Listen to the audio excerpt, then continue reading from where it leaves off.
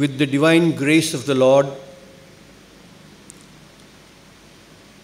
we have gathered here on this special occasion where we are having Bhashya Parayana and also lectures on Srimad Bhagavad Gita. It's a great privilege to be here and to make this offering unto the feet of the Divine. I offer my prostrations to the Yati Vrinda here,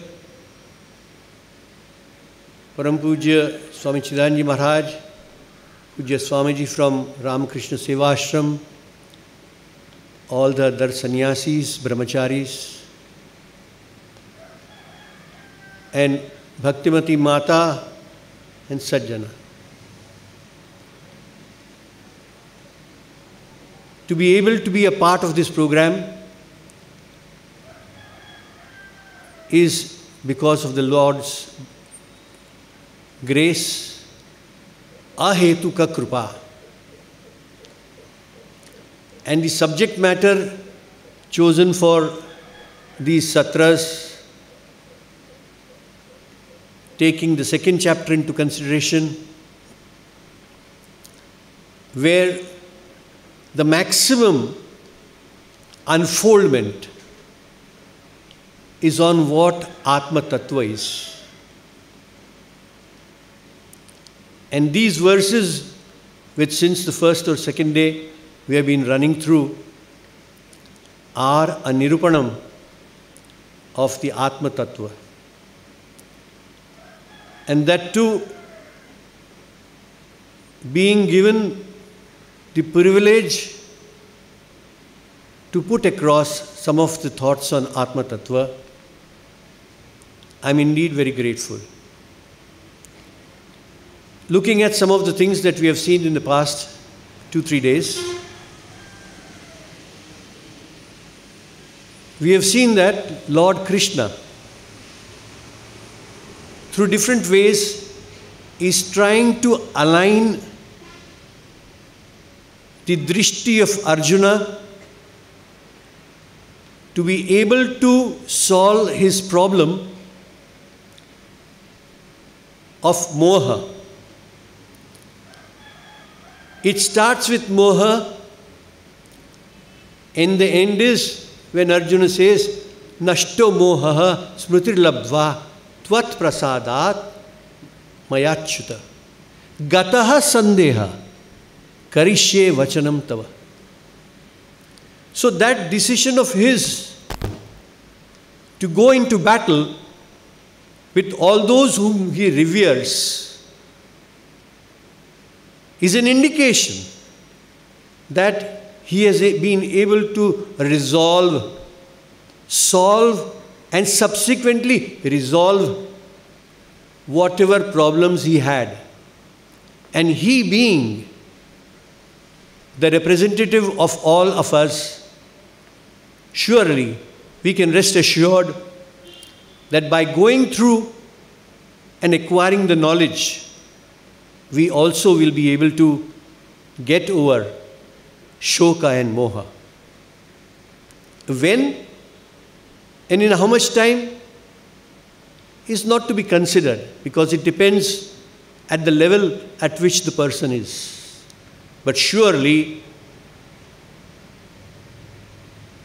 the way has been chalked out, and we are going to reiterate what that way is. So Krishna, from 3 different levels, that is Adhyatmik Drishti, he is talking about Atma, Anatma, Viveka, from verse number 12 to 25, reaching to the Swarupa of what Atma is. That the individual is not the body, nor is the body and mind complex. And Atma and nature of this Atma is being told, and Arjuna being made to understand that I am not this perishable body, it is only a temporary assembly of bhautik vastus of the 5 elements.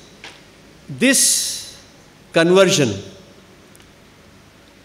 I am the Atma different from the body, mind, sense complex, and the Swarupa is now being talked about. In the earlier verses, Bhagwan through the verses has unfolded that Atma is Satya.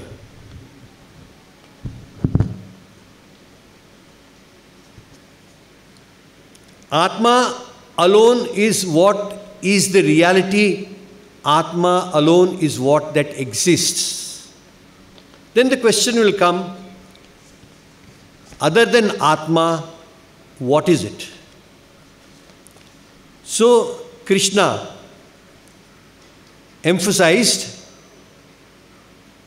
that the reality, when we say Atma is Nitya, is the first thing that he said, that what is only Atma and Atma alone. Other things are there, but they are subservient to what the Atma is. So when you talk about the reality is one, and all other things are apekshita. They are all dependent on the reality. So therefore, the first thing that we need to understand is all our leaning which is there on the anatma has to be given up. But that is not that very simple. And therefore, first of all, after having known that anatma is unreal, we need to slowly shift our vision from I, referring to this body, mind, sense complex, to I, the Atma. And when we talk about Atma, we refer it to as something as an object. It's not an object. The conversion has got to take place that from an object, I am able to come to say, I, Atma. So,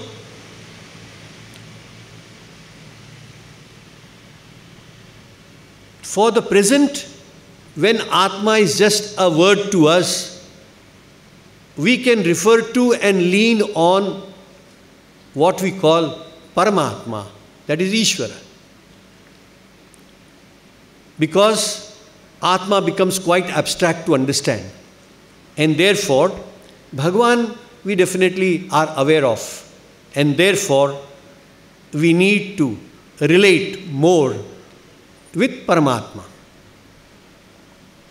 Atma is eternal, all-pervading. That means, eternal means it is not limited by time. And all-pervading means space has no limitations. Here, Atma is pervading the total creation, total whatever is there. That means, all-pervading means Atma is not limited by space. Avinashi tu tad viddhi yena sarvam idam tatam. Atma is all-pervading, and therefore, when you say all-pervading means, Atma is an expanse, and therefore, formless and shapeless.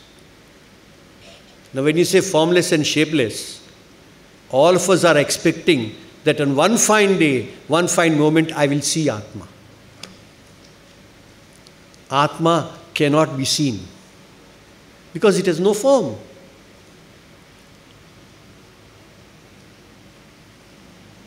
So, what is there to compare with when we talk about that which is all-pervading? The closest which comes to is Akash.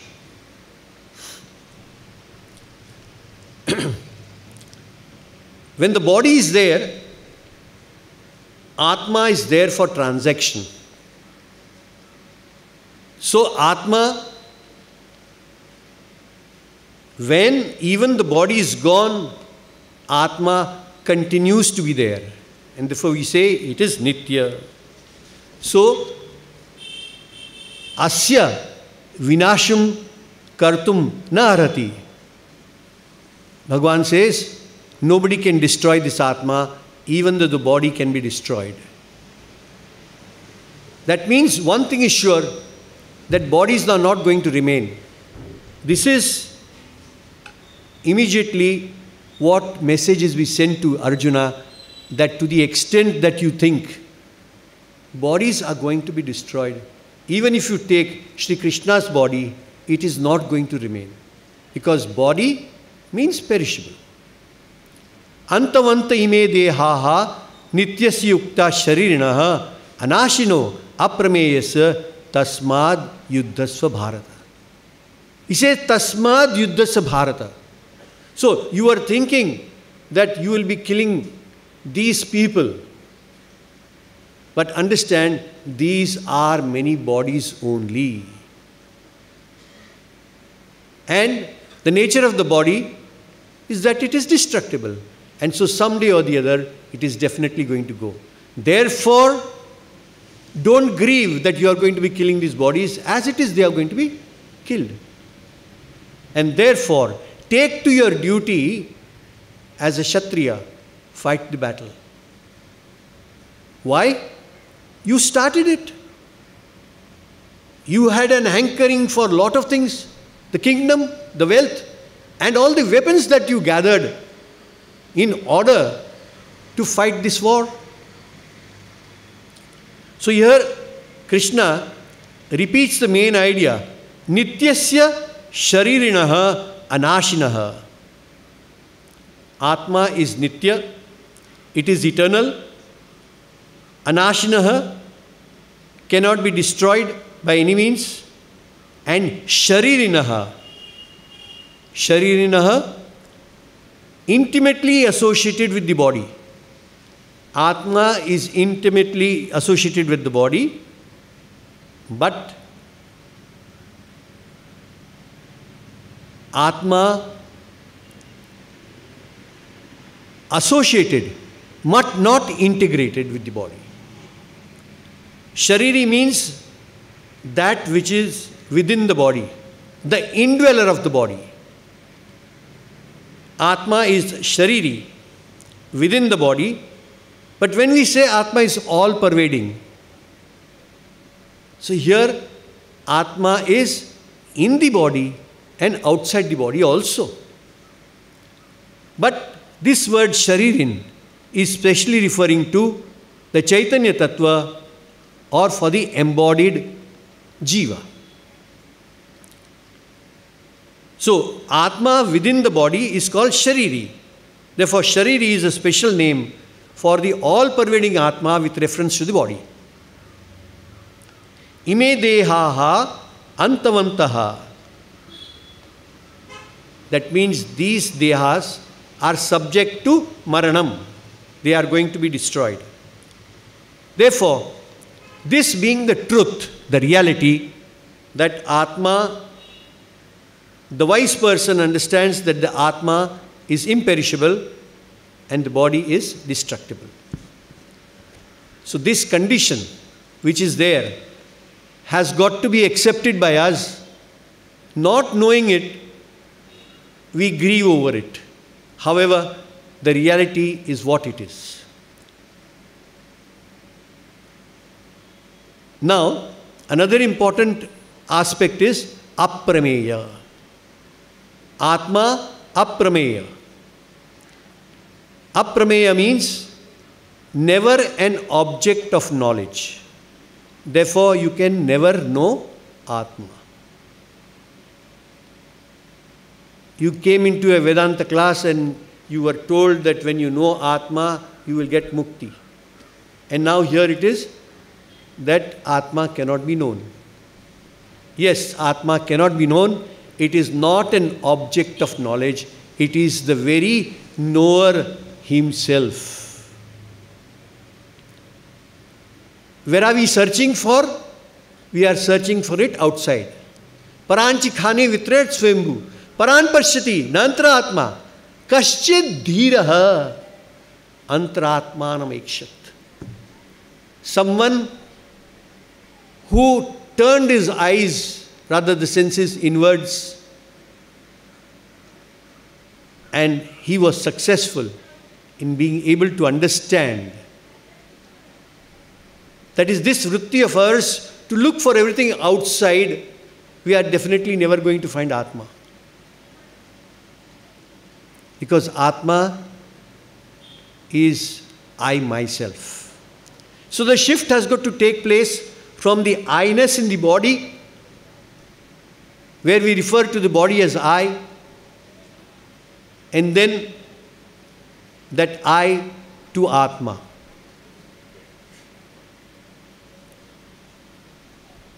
In a photograph, when we see, you will never find the photographer present. Or if you say the camera took the photo, the camera is also not present in the photo. Because the photographer himself here, if you take for the example, is like Atma. More better example we can take is the movie and the screen. Whatever happens, happens on the screen, and whatever movie is there is just something which is changing. But if the screen is not there, you will never be able to see the movie. But if there is an inferno, the screen is not affected by the inferno. That is a huge fire. We see all that, get affected by it, and grieve over the life that is lost. But when the movie gets over, the screen is as it is, unaffected. That is the adhisthana. That adhisthana is never changing. It is only the film that keeps on changing and which we are able to perceive.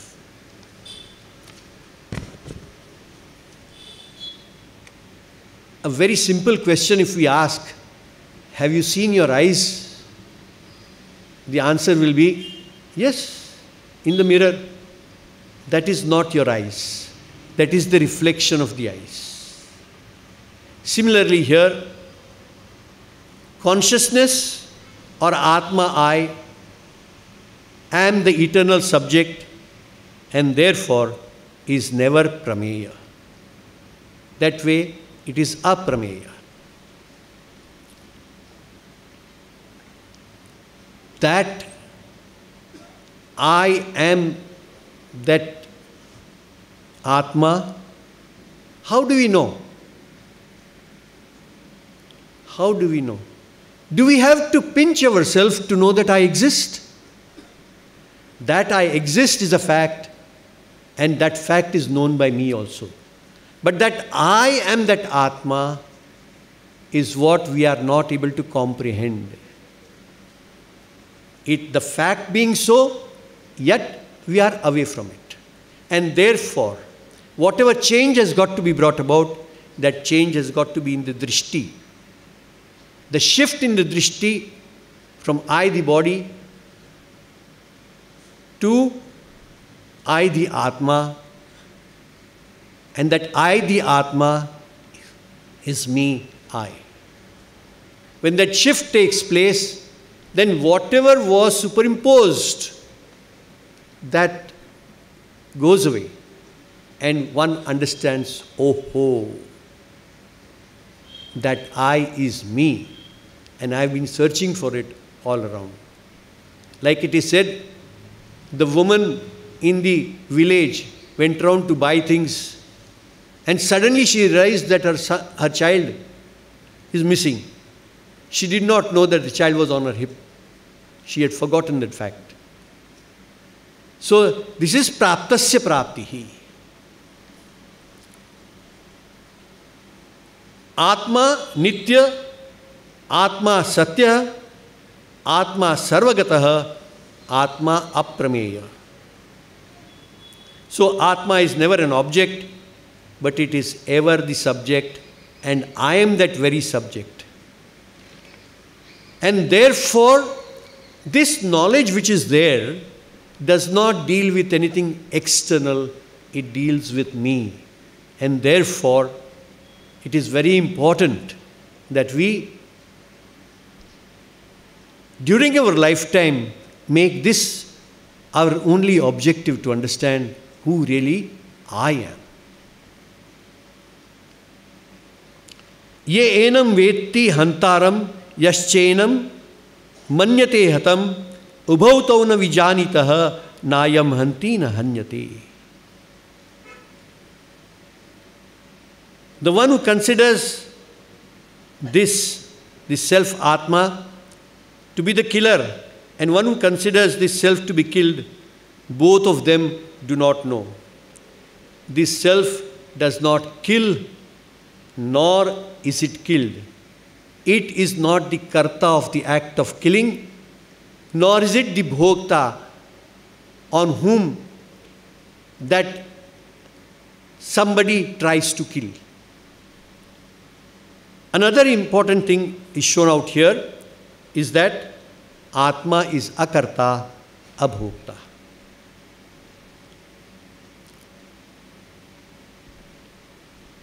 The one who is the karta is the recipient of the karma phala of that karma.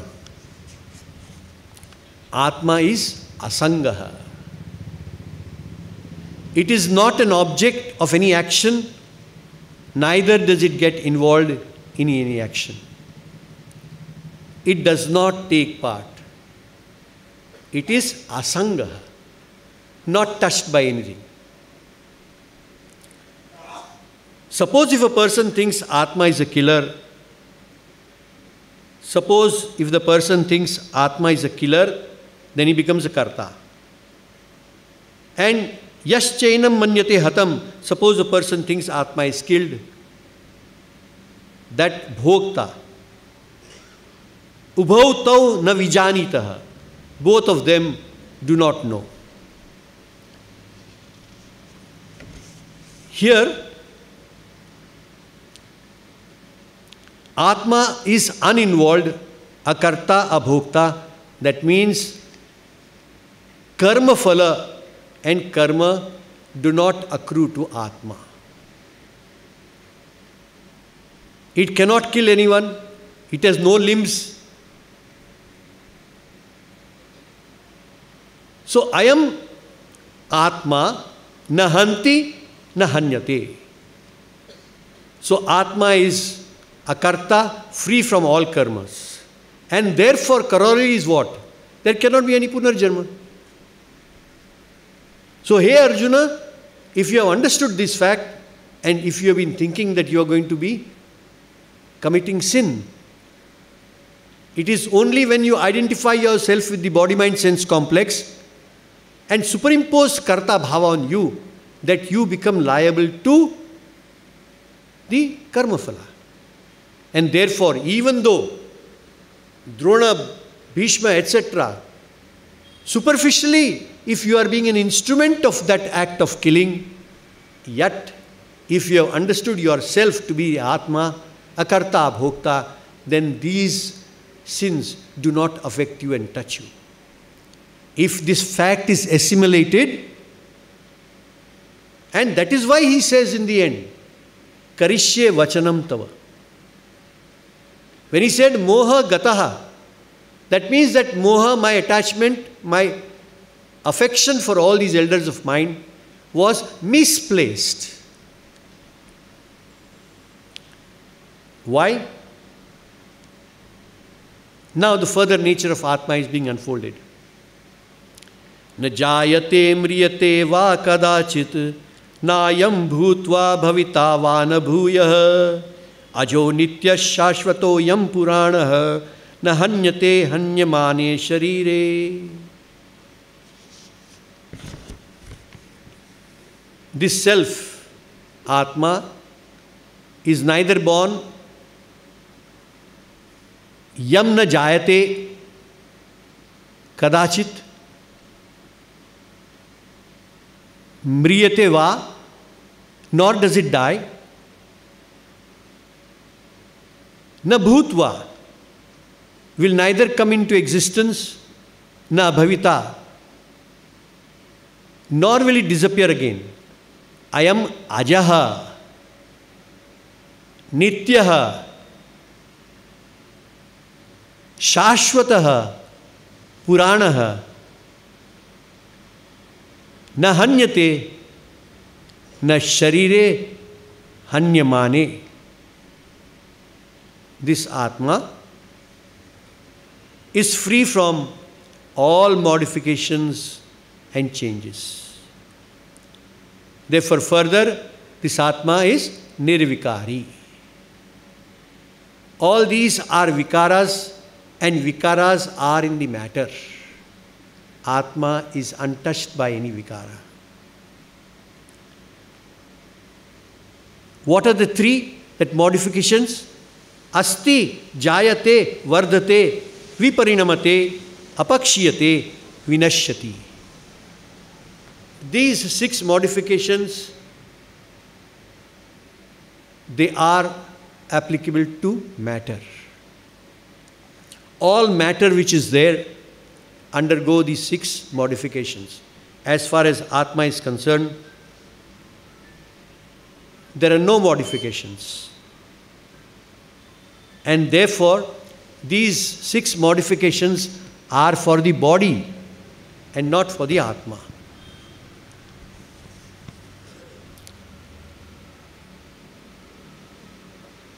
So, we have seen that there are 7 features of Atma which we have now enumerated. These were all in the previous verses.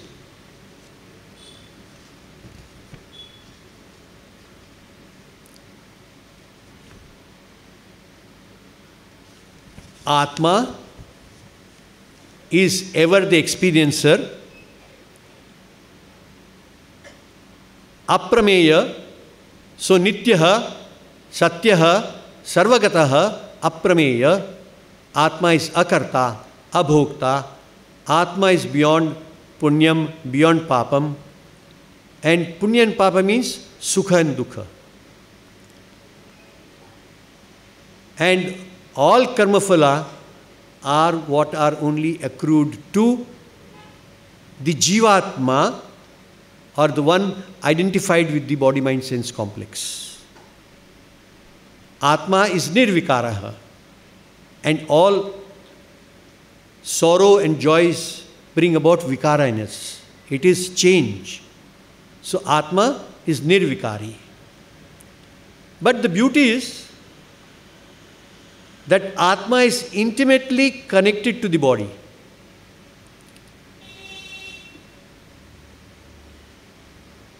The identification itself brings about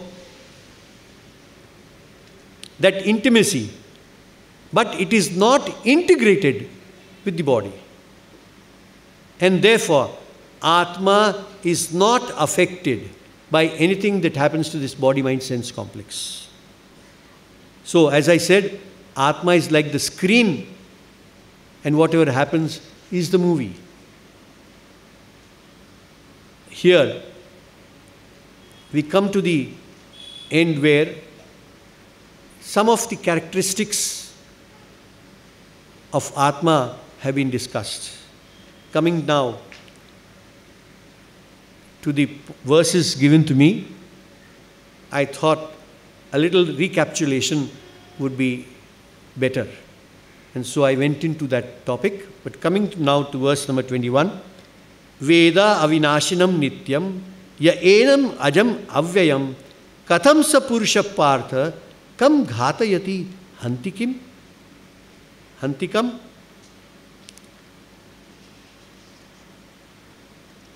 Hey Arjuna,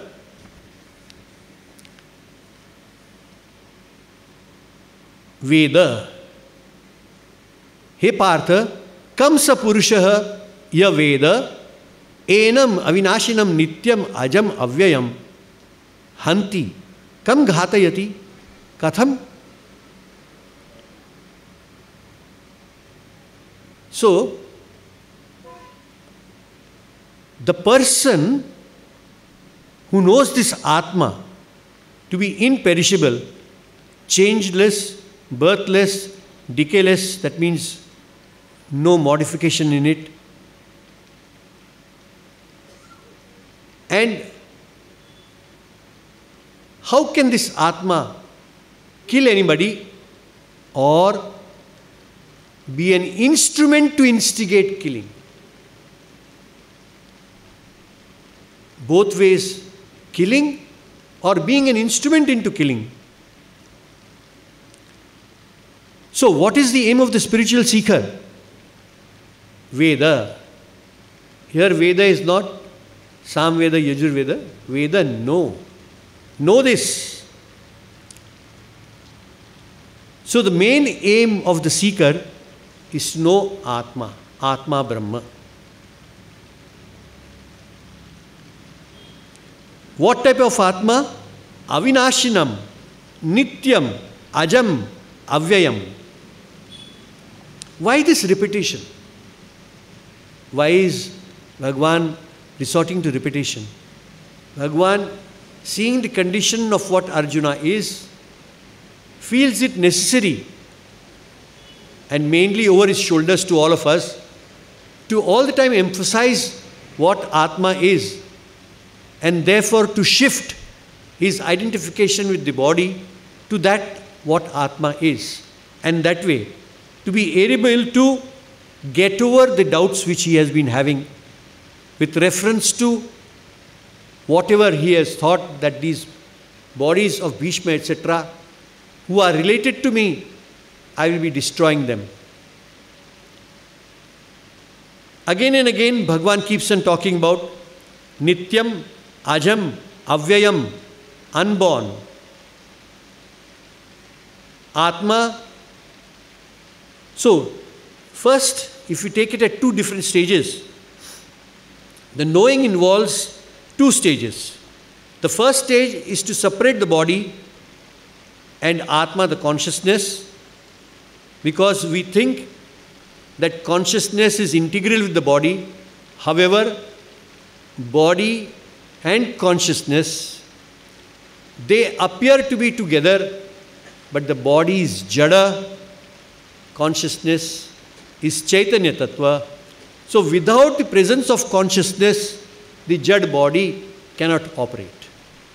So this here, very incisive separation needs to be taken care of, is that body is one, Jada, consciousness is that which is Chaitanya Tattva.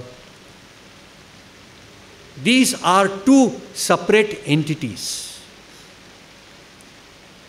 Now, having separated the body and consciousness, the question is, where does my I reside? Whether it is in the body or in the consciousness. So whenever our misplaced I is in the body, whatever happens to the body, I take it is happening to me. In fact, I am not the body. I say my mind. When I say my mind, means I am the owner of the mind. But whatever happens to the mind, I take it as happening to me.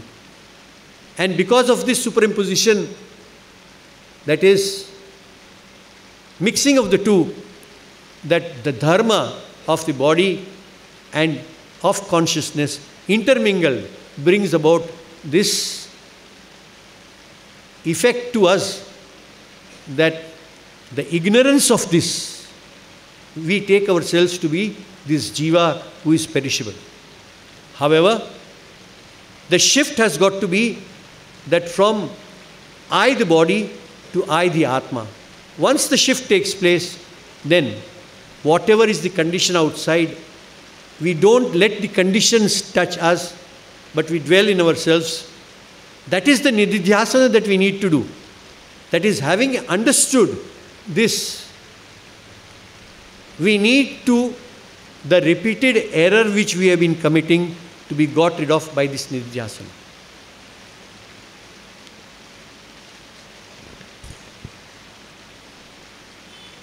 So, that is why sadhana chatushtaya sampatti, when is talked about, and we talk about Vivek Vairagya. That is, by Viveka, we are able to separate the two, and that where we had placed all our interest in it, that is wanting things, there Vairagya needs to be brought. Wherein whatever matter is, and things made of matter, we want to possess and acquire, that giving that up, and with the Viveka that I am this Atma who is all full and complete and does not require anything. Taking that shift, one is able to go over from the aspect that I Jivatma to I the Atma.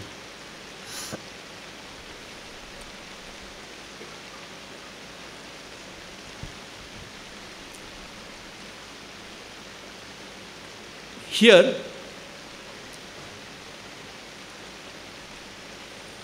Mrityu is what brings about fear in us. Death.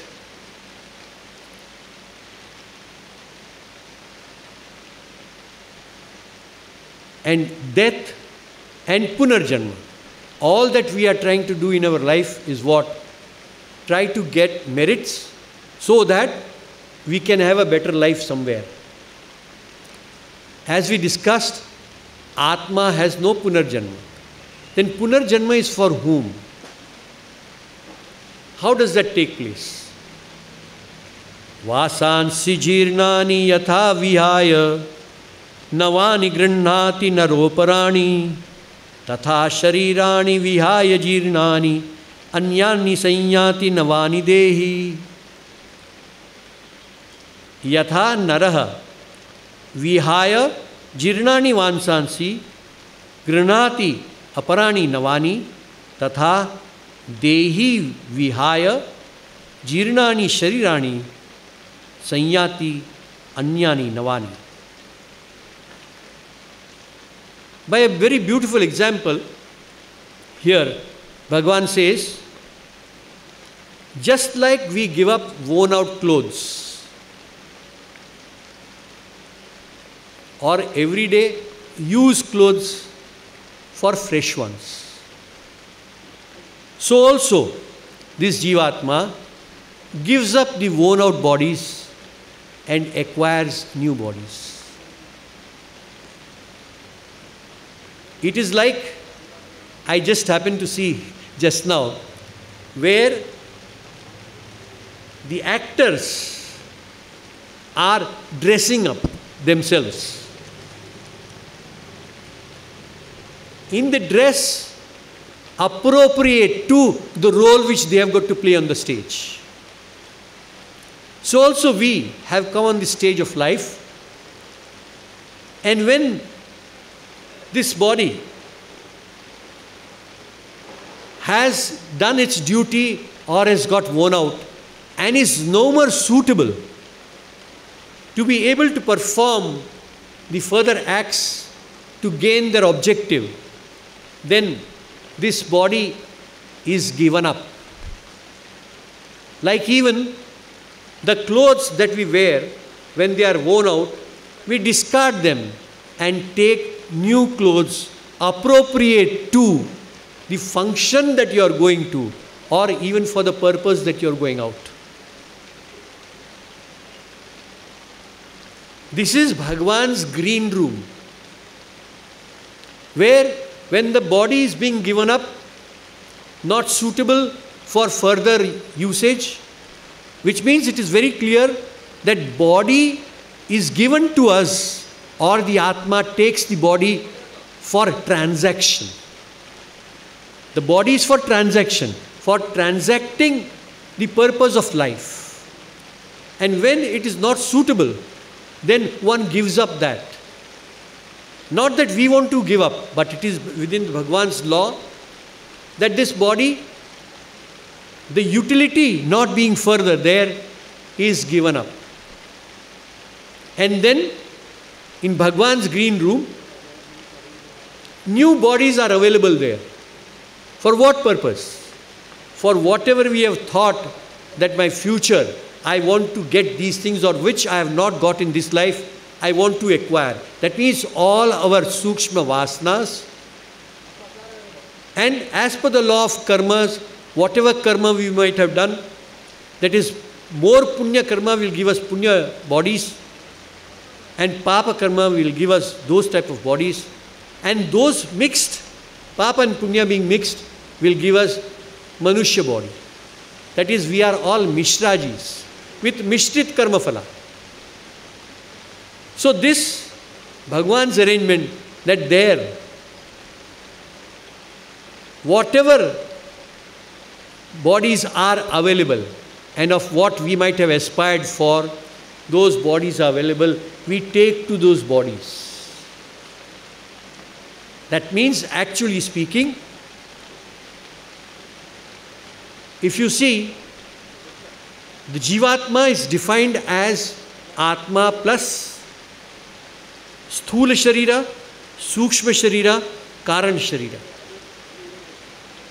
What is given up is the Sthul Sharira. The Karan Sharira and the Sukh Sharira are what travels.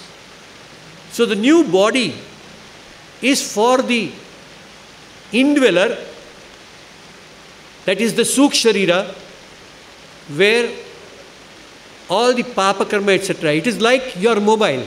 The SIM card which is there, you can change your hardware of the mobile, and the SIM card which is there you can put in another mobile. So that SIM card holds all your details.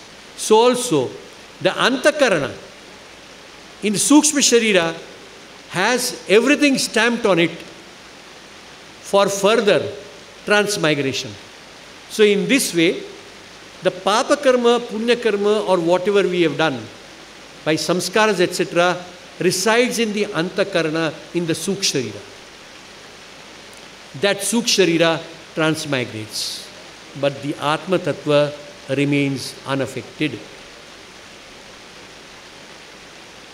Not until the person has gained this knowledge that yes, I am that Atma Tattva, this transmigration goes on as per the karma phalas. So Dehin is the indweller. He indwells the Deha and takes on to new bodies.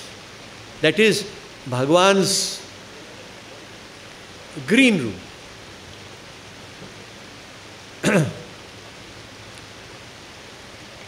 Navani aparani grihnati. He takes new bodies. The Jiva continues to be invisible until he takes a new body. And how does the new body come? Depending upon the karmas, already as order has been placed. And that Jiva's Mata Pita are the ones responsible for making the physical body of that Jivatma. And wherein that physical body, like I said, like the hardware of the mobile being changed, the SIM card is gone into a new body where the person again goes ahead, takes on further births until such time that his identification with this body-mind-sense complex by knowledge, that identification is destroyed and one making use of this body, he is able to own up his real nature, that I am Atma and I am other than this body-mind-sense complex. So what survives is the Sukshma Sharira, the Karan Sharira, in fact, which is only ignorance. So Sukshma Sharira and Karan Sharira and the Atma.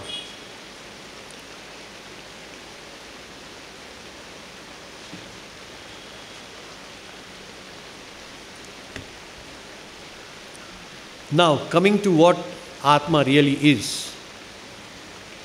We have seen that Atma is all-pervading. There is nowhere where it can move because there is no place, no space where it is not there. So it is both in and out.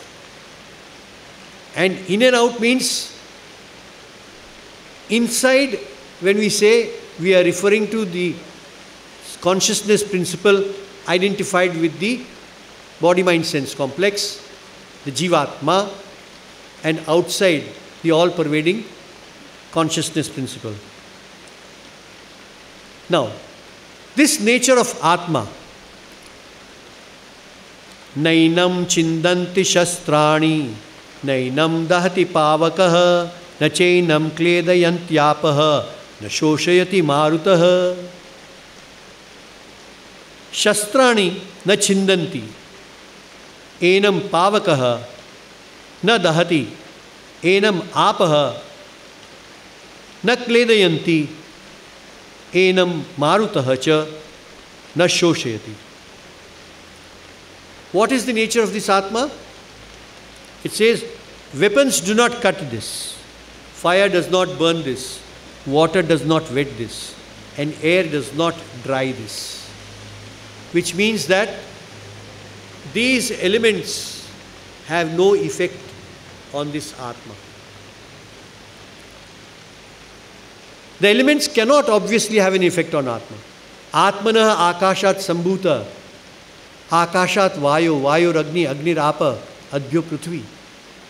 These are the karya, and obviously the karya cannot affect the karana. Though Atma is intimately associated with the body, Atma does not get destroyed in any way. Which means that though the body is destroyed and all these instruments which are there, shastrani, they are made of matter. And obviously they cannot have any effect on Atma.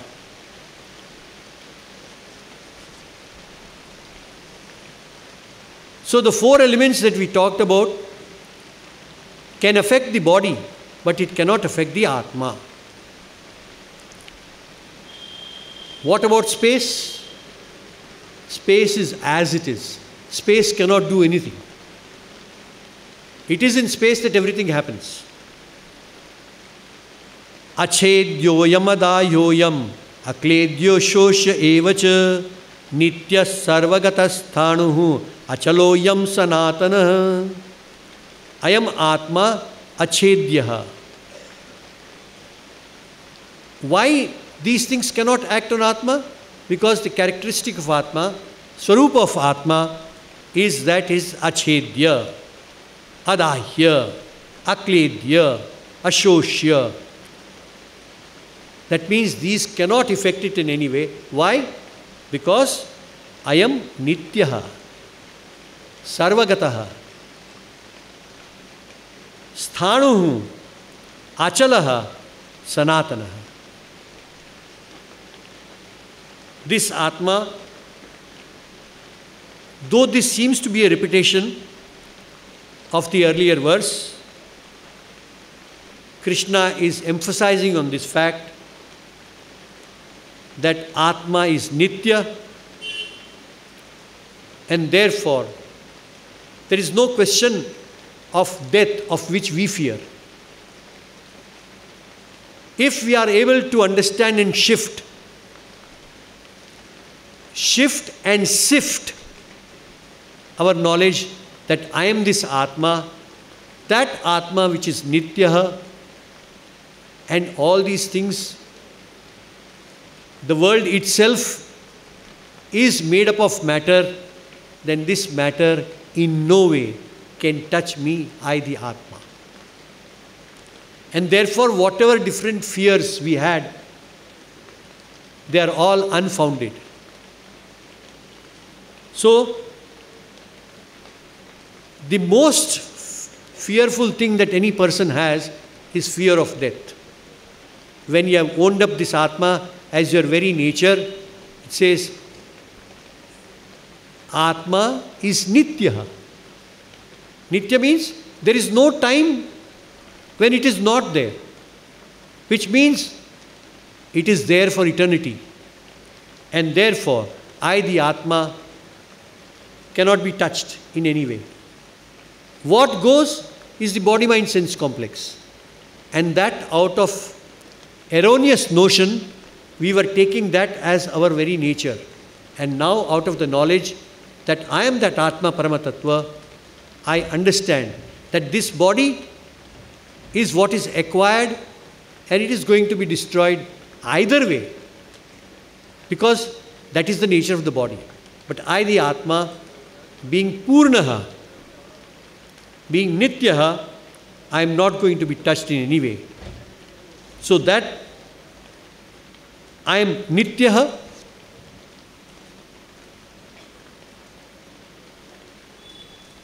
Sthanuhu, not subjected to any change. I am there for eternity. That means time does not have any limitations. I am Sarvagataha. That means I am all pervasive. And when that is the nature of I, the Atma, that Atma, I, there is a shift. That Atma is I. And when I have understood that, I care a tuppence for the world.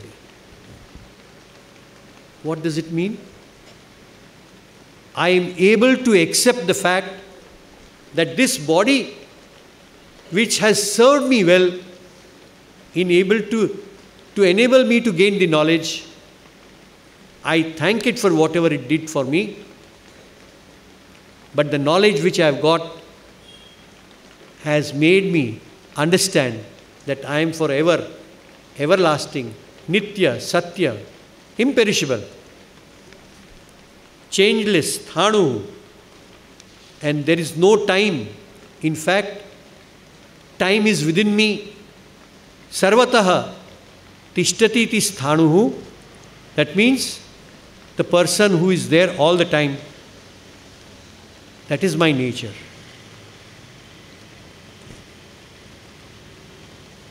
Further, in order to strengthen some more, the verses given are further from 25 onwards, which is beyond my jurisdiction. I'll just read that.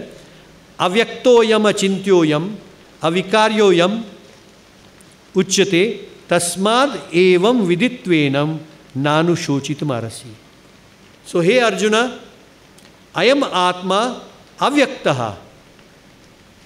Avyaktaha, it is not perceptible. I am achintyaha, not conceivable. I am avikaryaha. Tasmad viditva enam eva na arasi anushochitam. So, hey Arjuna, your claim of not wanting to fight because you will be a killer, etc., is not valid. You need to understand that you are not what you are thinking you are, but you are something different. You are this Atma. This Atma is avyaktaha, not perceptible. Oh, if it is not perceptible, that means, how do I know it exists? With the ignorance, it is not conceivable. And therefore, your ignorance needs to be knocked off.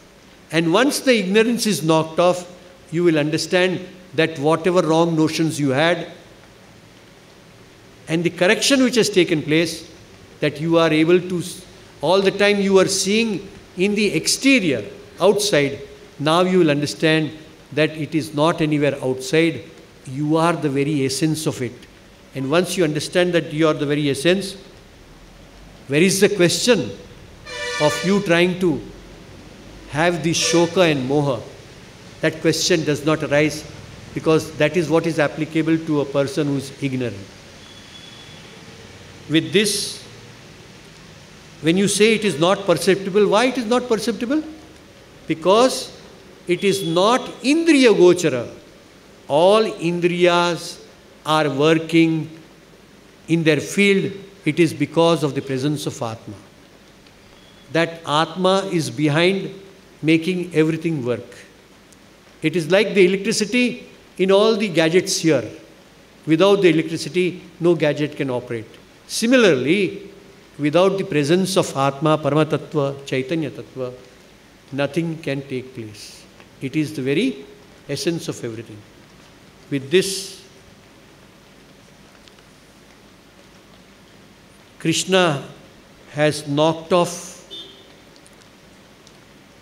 through these verses, the knowledge which he has imparted to Arjuna, has made him see through.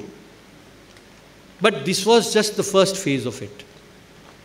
Because it still takes Krishna another 15, 16 chapters for him to come to that understanding that nashto mohaha smriti labdva tvat prasadat mayachyuta gata sandeha. So he is agreeing that I had a sandeha. Now that sandeha is totally eradicated and I am prepared to do what you ask me to do, which means there is total surrender. And that surrender is with knowledge. And because of that knowledge, now he has understood the very purpose. And therefore, it is free Arjuna, at least at the outset it appears to be so, assures his teacher, Lord Krishna, that yes, I have understood and now I am free, liberated. Om Tat Sat. Om Purnamadaha Purnamidam Purnat Purnamuduchyate Purnasya Purnamadaya Purnameva Vashishyate.